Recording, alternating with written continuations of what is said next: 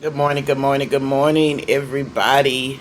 God bless you all. God bless you all. I am sitting on my balcony, porch, or whatever you want to call it. This is day 22 of the Daniel fast, which got off, well, day 21. Well, my 21 days are up. But just a snippet. When I tell you that we have been studying in Daniel while we have been on this fast, and God has, oh, excuse me, I didn't wipe my face good. Ooh, all right. Waiting on my son so I can go to the store and get some things done because I feel like cleaning. I feel like organizing some things. I don't even know what all I have to say. I just want y'all to know that God is an on time God. And I know I spoke about several times about God going through a trial. We all are going through a trial at different times. And I spoke this month about um, knowing who you are and your purpose in the last few months about we can knowingly and unknowingly be affecting somebody by us not knowing who we are. That's in every situation. And when you tell God, send me, I'll go, or you tell God that you've counted the cost, you cannot say, but if this come up or this come up. So I had some things going on with my thyroids. We just gonna do a little rundown on that. And of course, if anybody know you go through things with thyroids, you have the process of going through a biopsy to see if it's cancerous or anything. Even though you can be the strongest Christian and the strongest person, knowing that you're going through, there are that unbelievable moments that try to creep up and sneak up on you. That's the reason why you have to stay near the cross and stay near God. And I was dealing with I was speaking with a lot of people that had been through this. Some maximized it, some minimized it, but I just decided to Godicize it. No matter what it looked like to me, I was going to sprinkle God on it. This is a God assignment. I was going to Godicize this situation in whichever way it comes out or whatever way it happened. And I'll go through the process of the day I found out back in May that I was having these issues to right now. Eventually, I'll share that story. But what I decided to do was Godicize my assignment, because even though it was happening to me, it was still an assignment. I am still God's vessel. This is still his temple. So how can you get the glory out of this? And when I tell you I had up and down moments, but my belief never wavered in the point where I didn't believe that I didn't believe God was with me. Now I had some moments of, if this is what my road entails, then God, I know you got me. And I know if it's your will to keep me here or take me, I'm still hanging on with you. And I said that to say, when you get it in your mind that no matter what, I'm believing in you and I'm trusting you, things work out in a way better way for you.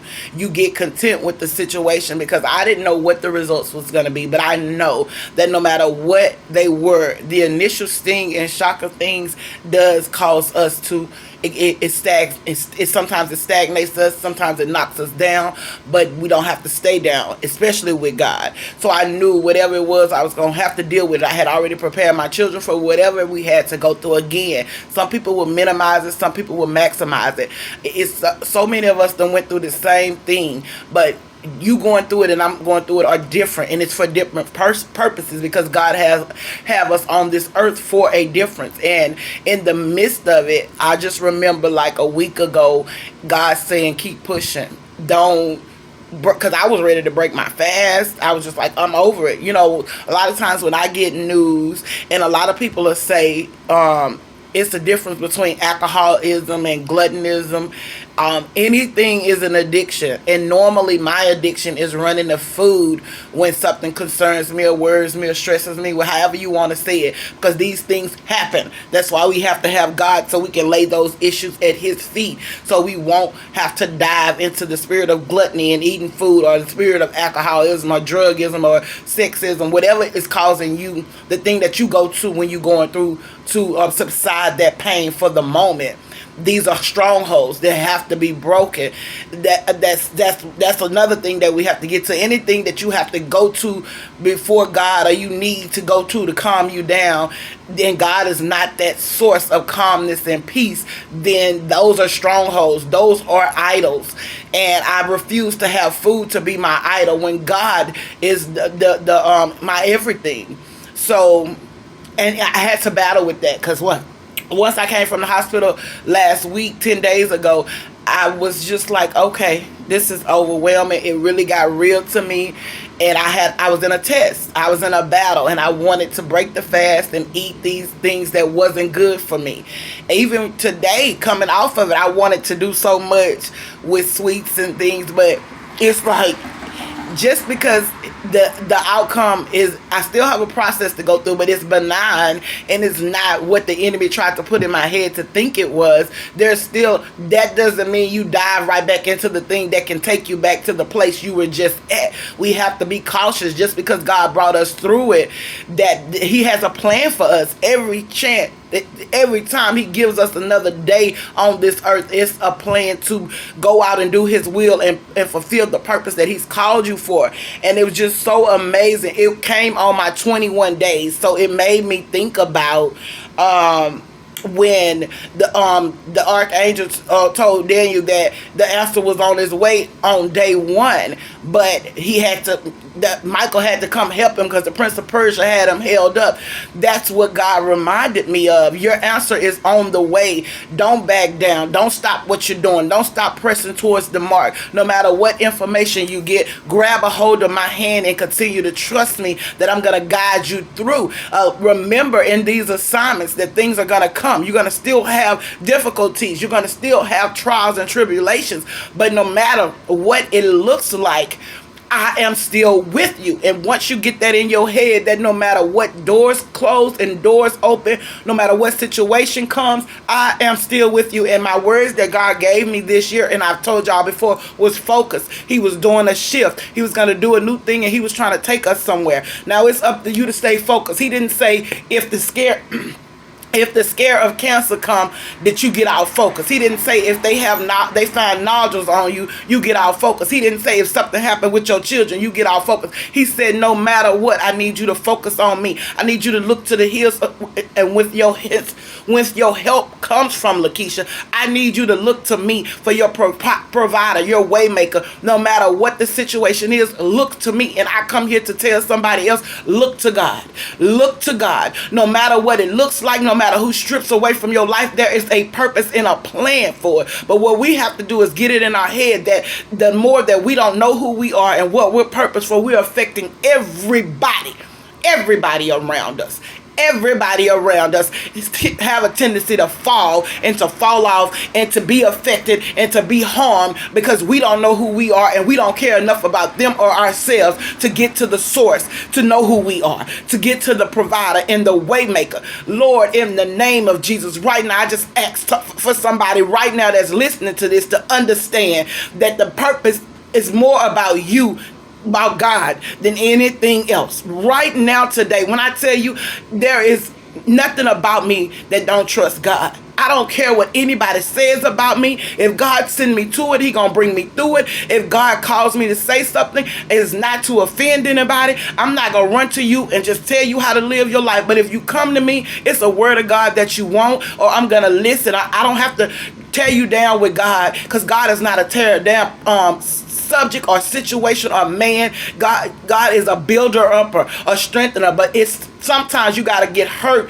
before you get built up. And like, again, I want to go back to it. People can minimize what you're going through. People can maximize what you're going through. But if you gotta size it, if you gotta size that assignment, if you say this, because to me, it kept being a life or death situation. That's what I was saying. Because when it becomes life or death, you surrender. No, it becomes life or life. Because once I give my life to the Creator, my life really begins. The life that I was purposed for, the life that I was ordained for, the life that he called me to walk and be worthy of and to do his will. That's when my life began. When I truly start trusting the man that created me. When I truly start trusting the man man that has the plan for my life in his hands, that has me in his hands. And I was on that table that day, and I want to say this to somebody. When it really got real for me, when there were needles in my neck and I was doing the biopsy, that's when it got real for me. And I remember hearing all kind of things because I wasn't asleep from the doctors. And I remember asking God,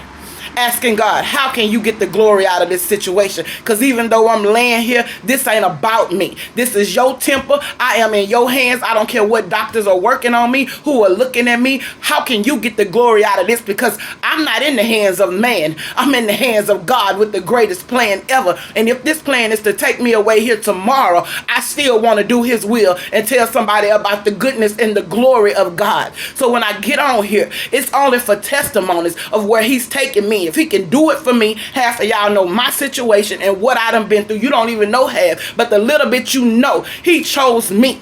Just like everybody in that Bible, there was something wrong with everybody. They did something, but God qualifies the unqualified. He qualifies the people that people think are unqualified and can't go anywhere. But it's up to you what you think about and what you choose to do with when you figure out who you are and whose you are. And I choose to run this race in the way that he has called me to. That means I'm not judging your lifestyle because I've been there, but I'm not there anymore and I don't want to stay there. So a lot of times people judge you thinking you gonna judge them. All I know is if he can do it for me, he would do it for you, and he can do it for you. He is in the business of healing and making a way. No, I'm not out of the woods with the things that I got to have. And no, I'm not sitting here telling you that to maximize your situation or minimize it. Again, Godicize that thing. Put God on that thing. Sprinkle some God on it. Sprinkle some Jesus on it. And walk with him boldly but humbly to the throne. And he has to break you down to those areas of trusting him. It's about trusting him. When he knows that he can trust you and you know you can trust him, there's opportunities are endless. And again, I don't know who's this for. And last night he led me. I had never watched and paid much attention to Madam C.J. Walker as I did last night. And I feel like God gave me that assignment to watch Madam C.J. Walker to let me know opportunities are endless. And I'm walking with you, God. And I'm just strong about pushing forward on purpose for a purpose. And my legacy I want to leave again to my children is clinging a hold of God and never letting go. Cling to him no matter what the situation is. But I love y'all. God bless. Day 21. He delivered, and there is more to come. When you fasting and you praying and you meditating upon his word, opportunities are endless. Love y'all. Have a blessed day. I'm gonna go have a blessed Saturday. Yes.